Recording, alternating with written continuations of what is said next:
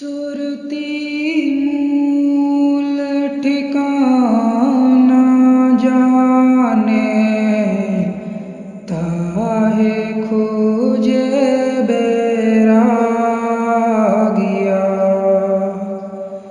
कोई काया ब्रह्मांड में खोजे, कोई सुन ठहराया।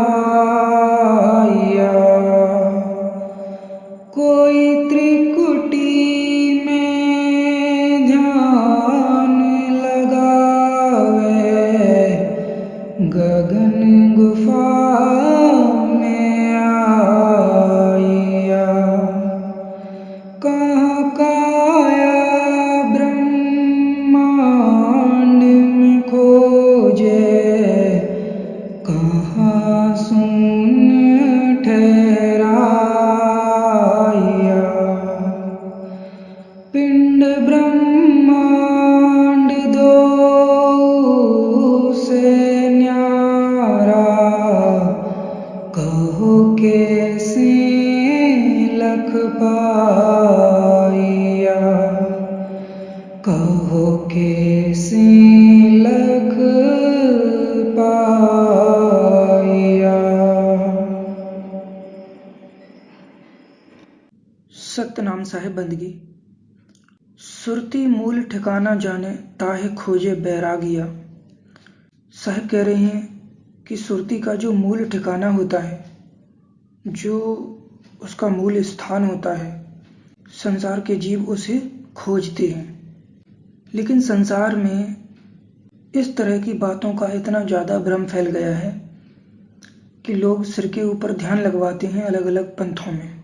क्या कहकर कि देखो साहब ने कहा है कि सुरती का मूल ठिकाना यहाँ है। कोई ब्रह्मरंध्र के 2 अंगुल ऊपर ध्यान लगवाता है, कोई माथे से 8 अंगुल ऊपर, कोई सिर के 1.25 हाथ ऊपर परपेंडिकुलर डायरेक्शन में, कोई सिर के परपेंडिकुलर डायरेक्शन में 8 अंगुल ऊपर, कोई 2 बिलस्त ऊपर, कोई सुरती कमल की जड़ में। सिर्फ इसीलिए क्योंकि सुरती का मूल ठिकाना खोजने की बात करी साहब ने, और इनको ये पता ही नहीं है कि सुरती का मूल ठिकाना क्या होता है, कहाँ होता है, कैसा होता है, कुछ नहीं आता पता। बस सिर के ऊपर ध्यान लगाकर कोई ईथर का साउंड सुनता है, कोई आकाश का साउंड सुनता है, कोई कुछ करता है, कोई कुछ करता है।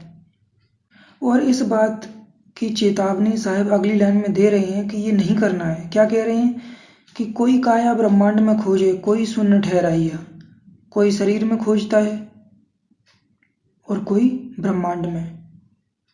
अब लोग इसको क्या समझते हैं कि शरीर में, हमारे मस्तिष्क में जो ब्रह्मांड होता है उसको समझ लेते हैं और कहते हैं कि शरीर से बाहर सिर के ऊपर मूल ठिकाना है।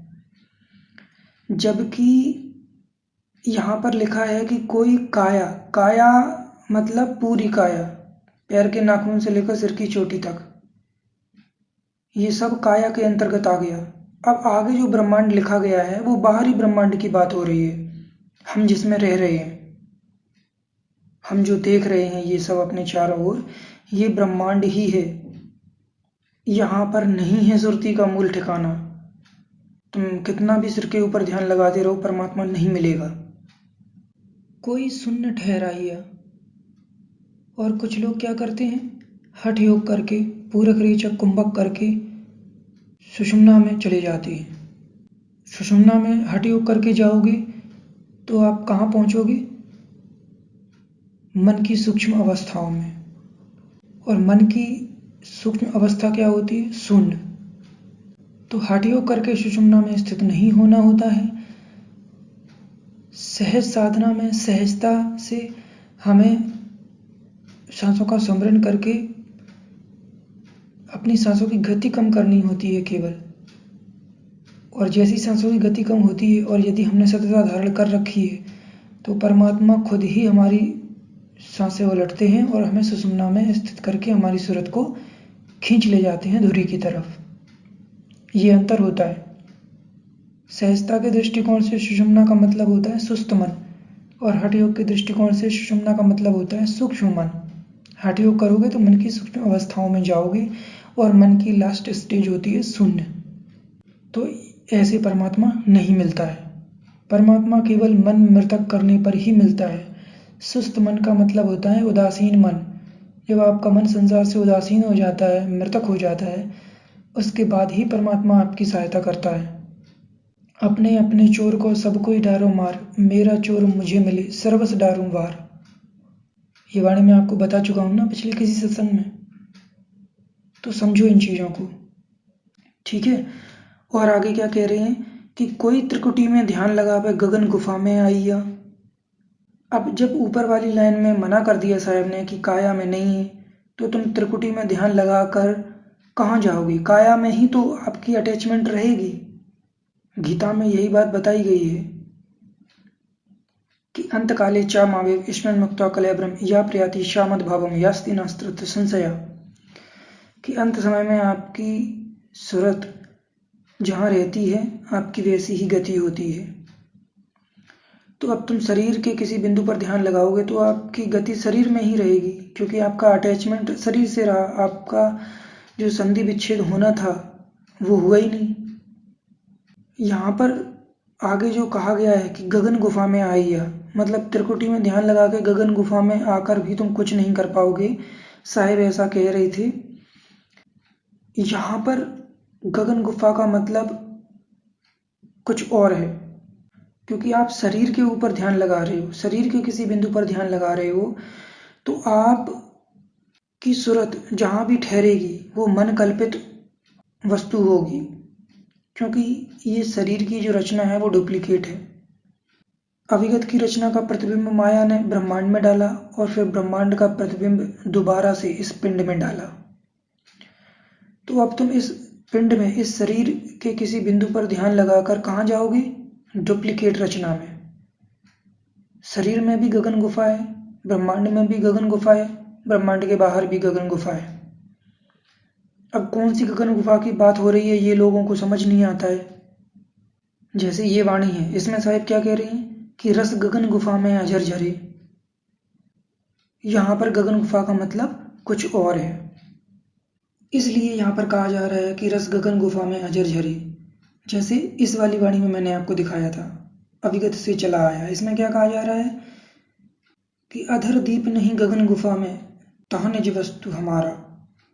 गगन गुफा में वस्तु बताई जा रही है ना, क्योंकि यहाँ पर गगन गुफा का मतलब ही कुछ और है। ठीक इसी तरह मैंने आपको ये वाणी दिखाई थी, पिया की खोज करे सो पावे। इसमें क्या कहा जा रहा है कि बंक नाल हुए पवन चढ़ावे गगन गुफा ठहरावे। तो इन सभी वाणियों में जहाँ गगन गुफा में जाने के लिए बोला जा रहा है, जहाँ वस्तु बताई जा रही है, ये गगन गुफा कुछ और है जिसे लोग नहीं जानते। यूट्यूब पर जो आपको ज्ञान दिया जा रहा है वो सब मन मर्जी का ज्ञान है। इनको आत्म अनुभव हुआ ही नहीं है। आत्म अनुभव तभी हो सकता है जब आपके घट में परमात्मा प्रकट होता है, अन्यथा आपको आत्म अनुभव होगा ही नहीं। अब देखो आगे की लाइन में क्या कह रहे हैं साहब कि कहाँ काया ब्रह्मांड में खोजे, कहाँ शून्य ठहराइया, पिंड ब्रह्मांड दोऊ से न्यारा, कहो कैसे लख पाइया। अब साहब ने देखो कितना साफ साफ बता दिया कि वो परमात्मा, वो वस्तु पिंड और ब्रह्मांड दोनों से न्यारी है, दोनों से अलग है, दोनों से परे है। तुम कैसे लख पाओगे उसको, कैसे समझ पाओगे, कैसे देख पाओगे? फिर भी लोग यहीं आश्रम में बैठाकर सर के ऊपर बिंदु बता देते हैं। कोई शरीर में अपनी मंत्र सिद्धि से करंट दौड़ा देता है और कह देते हैं कि यही सार शब्द है। इस संसार का कोई भी व्यक्ति आपको वो वस्तु नहीं लखा सकता है, क्योंकि वो ब्रह्मांड के पार की है। और इस संसार में किसी के गत नहीं है कि ब्रह्मांड के पार जाके वो वस्तु आपको लखा दे। जिसके घट में साहिब प्रकट होते हैं उसको सत्यदेश दिखाते हैं। मजाक बना रखा है आत्मज्ञान का लोगों ने। आगे क्या कहा जा रहा है कि बिन गुरु गम कहाँ से पावे, फिर काया धर आइया। यहाँ जो गुरु की बात करी जा रही है वो आत्म गुरु की बात करी जा रही है, सतगुरु की बात करी जा रही है, शब्द गुरु की बात करी जा रही है। उसी को अबोल गुरु कहते हैं, उसी को भेदी गुरु कहते हैं। तो बाहर का गुरु आपको अंदर जाके रास्ता नहीं दिखा सकता है। मैं आपसे पहले भी कह चुका हूँ कि बंकनाल के अंतरे त्रिवेणी के तीर, जहाँ हमें सतगुरु मिल गए, बंदी छोड़ कबीर। बंकनाल कहाँ है, कैसी है, उससे कैसे निकलना है, वो सब आत्म गुरु दिखाता है जीव को। पूरा रास्ता दिखाता है शरीर से बाहर निकलने का और अपने मूल स्थान पर पहुंचने का, जहां सुरती का मूल ठिकाना है वो। जब लग शब्द संधि न पावे 84 में आइया। जब तक सुरत और शब्द का मेल नहीं होता है तब तक आवागमन नहीं छूटता है। गुरु जौहरी भेद बतावे ओघट घाट लखाइया।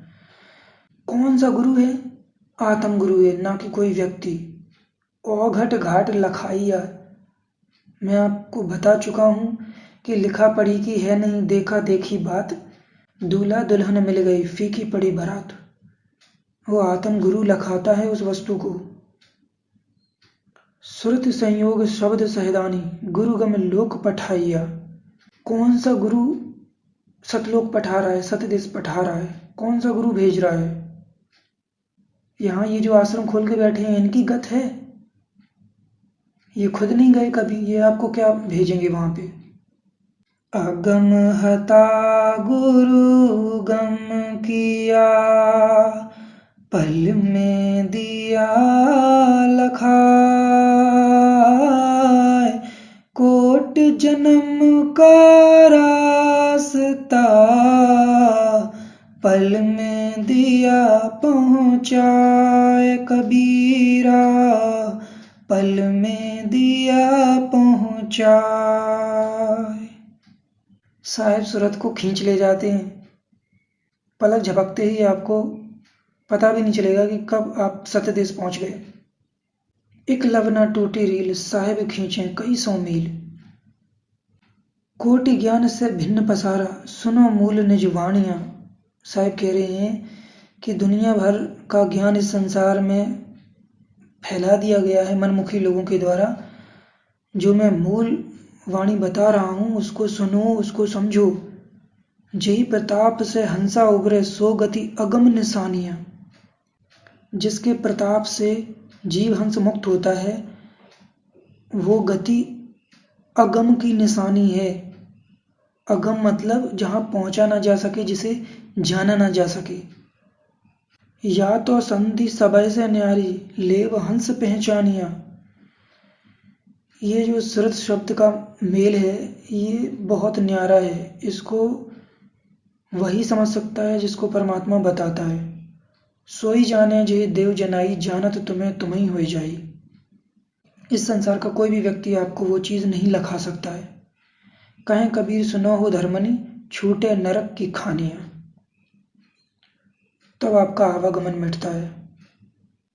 ठीक है, तो ये इस वाणी का मूल अर्थ है। चलिए, सतगुरुदेव सतपुरुष कबीर साहिब की जय।